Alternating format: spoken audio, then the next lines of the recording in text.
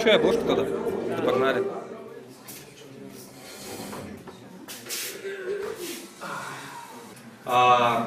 Приветствую вас всех на новом месяце киноклуба 451F. Начинается рождественско-новогодний месяц кинопросмотров. Кинопросмотры у нас будут непростые, это будет черно-белое кино. Фильмы, которые снимались где-то в 40-х, 50-х годах, то есть, в общем-то, тот период, когда Америка находилась во Второй мировой войне, как, в общем, и все остальные страны, ну, большинство. Казалось бы, все, весь мир взрывается, а люди берут и снимают просто кино. На самом-то деле существовал персонаж в истории в Америке, который очень напоминает главного героя. Поэтому-то, в общем-то, с этим фильмом и возникло очень много неприятных ситуаций. То есть там буквально сжигались, изымались из магазинов там, все пленки из кинотеатров. И в итоге осталась только одна пленка, которую чудом спасли, и благодаря ей мы можем смотреть этот фильм сегодня с вами.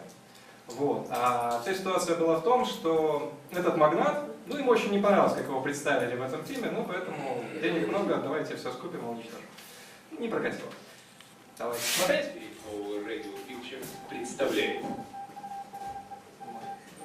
Да. Код воспрещен.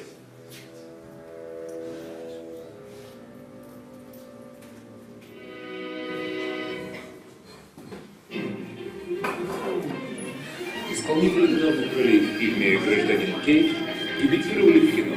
Театр Меркьюри с гордостью представляет.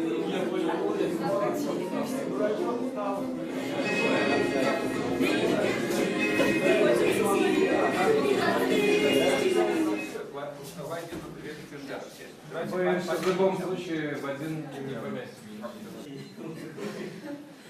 Спасибо вам, что остались. Я надеялся, что все-таки вас будет меньше. Да. И начнем мы с 3 вопросов. Первый вопрос. Как вы хотите, чтобы вас сегодня звали? Что-то не обязательно должно быть ваше имя. Не знаю, я могу быть жирафом, допустим. Второе. Ваши хобби, увлечения. И 3 вопрос, это... С чего начать? Ладно, давайте, о чем для вас был этот фильм? Что вы увидели? Единственное, что понравилось, что данная личность не изменяла своему внутреннему мнению ни при каких обстоятельствах. Вот это понравилось.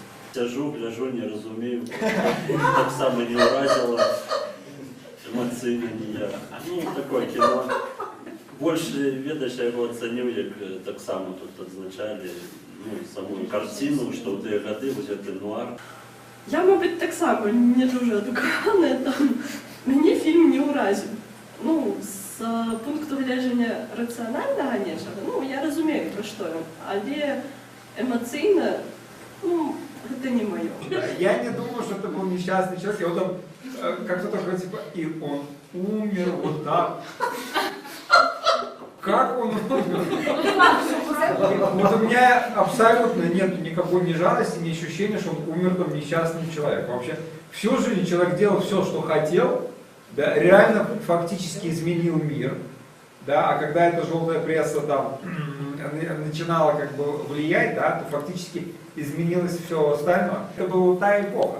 И фактически кто-то менял моду, кто-то чего-то, да, но вот эти вот, все, что мы сейчас имеем, включая даже газету «Вечерний Могилев», да, с его тематикой, да, в принципе, вот это фильм про то, как оно становилось, и поэтому вот он интересный, и мы его смотрели никакой другой.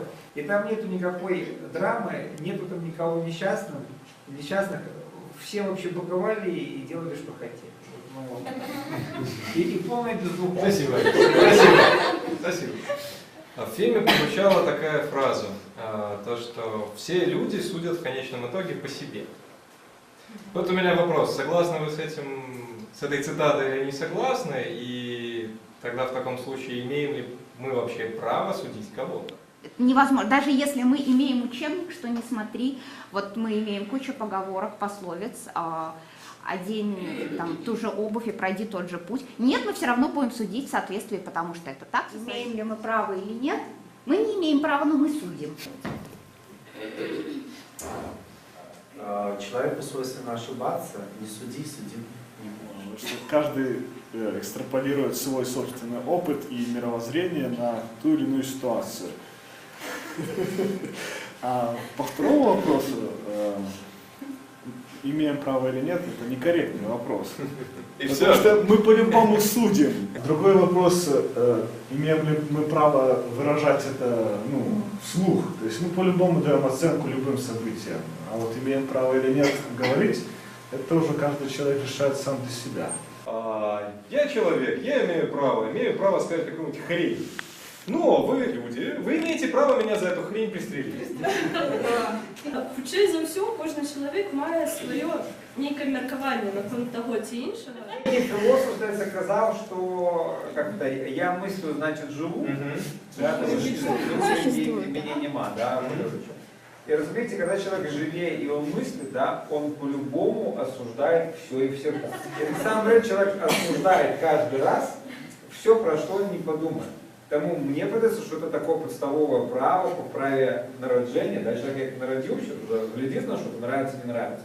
Вот он и судит. До встречи в следующую пятницу, 18:30 на том же месте. У нас... Да.